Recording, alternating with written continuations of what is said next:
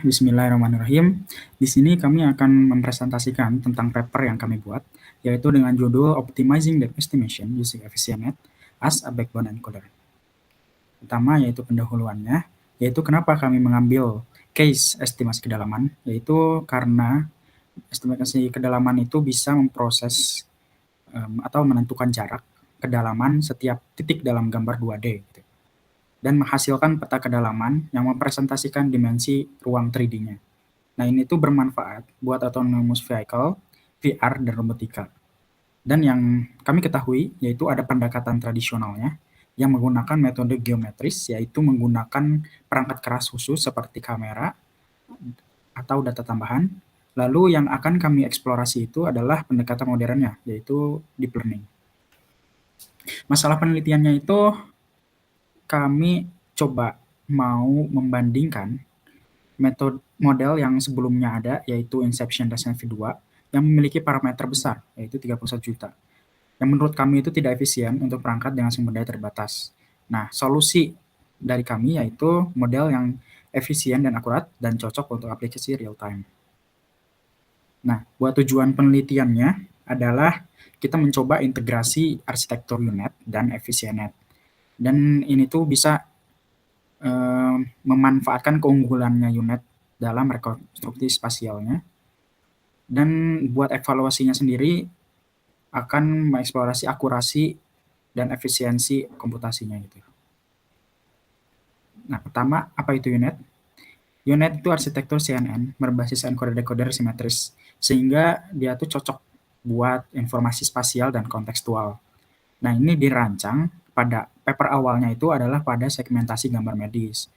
Nah, ini karena sangat cocok dengan case kita segmentasi, jadi kita pakai UNet. Sini ada gambarnya juga. Dia berbentuk Q ya. Yang kiri itu encoder, yang kanan decoder.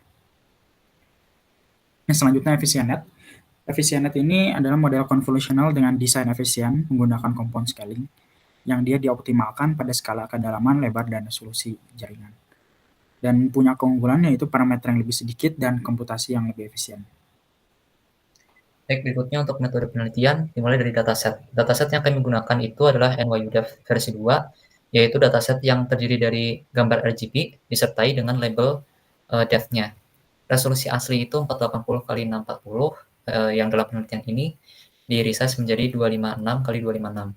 Untuk pembagian datasetnya itu 7:3 untuk training dan validasi diambil dari folder data training, sedangkan untuk data testing diambil dari folder data testing. Berikutnya untuk arsitektur model, dimulai dari encoder.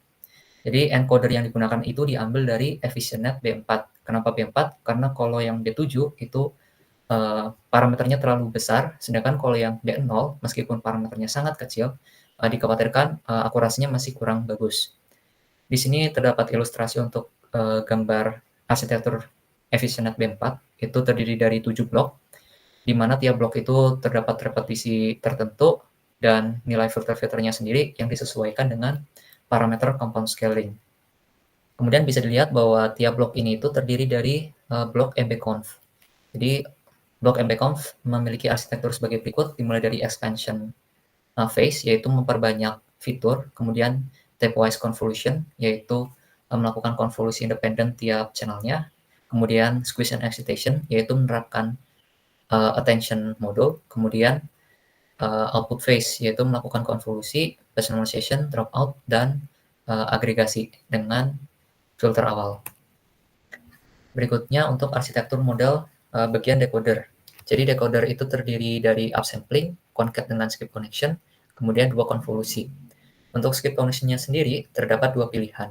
Yang pertama adalah expand activation yang diambil dari blok 2, 3, 4, dan 6. Kenapa diambil dari blok 2, 3, 4, 6? Karena pada blok tersebut expand activation di mbconf yang pertama ini itu merupakan tepat sebelum downsampling.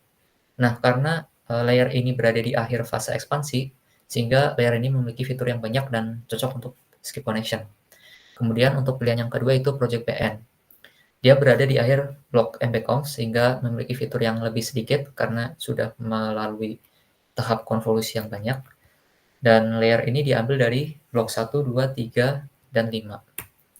Untuk arsitektur lengkapnya dapat dilihat pada ilustrasi berikut.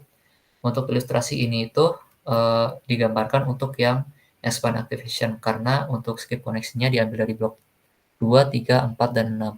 Kemudian bisa dilihat juga untuk resolusi tiap skip connection, dan bottleneck yang dipilih itu dari blok 7 hingga top block.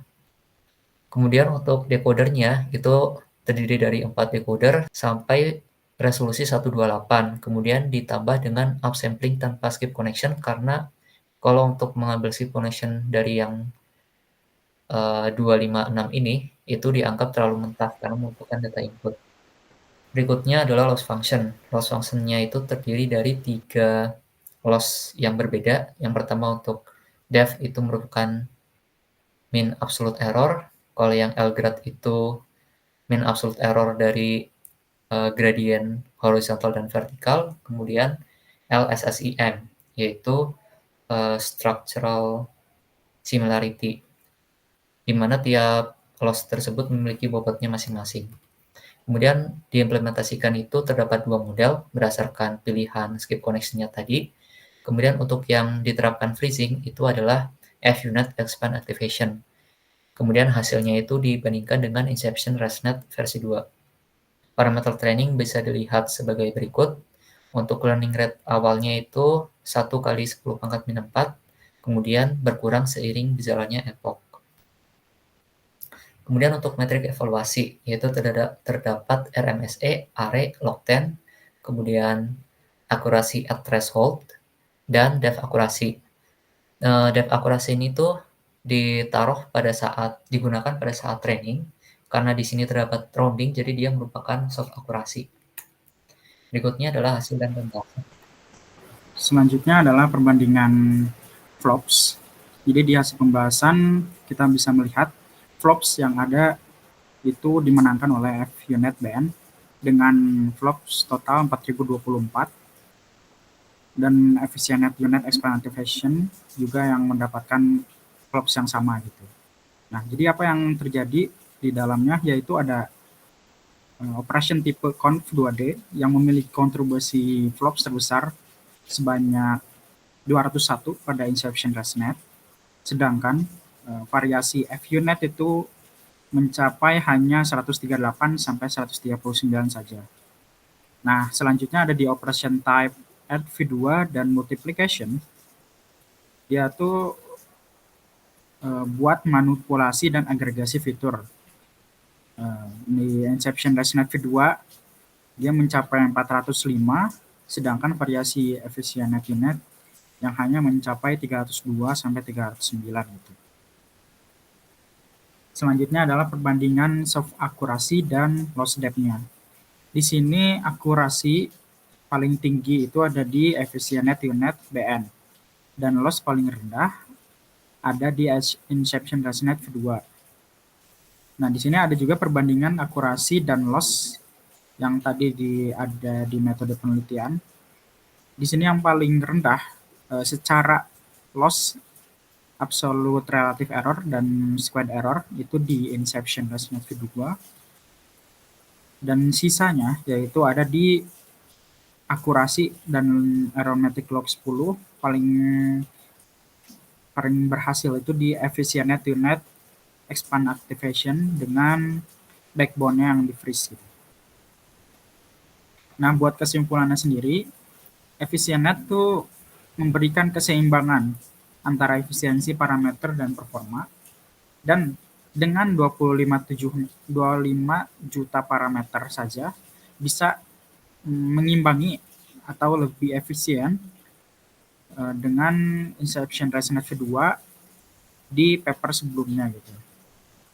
Dan di sini ada juga penemuan kalau efisienet yang dibekukan backbone-nya itu meningkatkan akurasi pada beberapa metrik.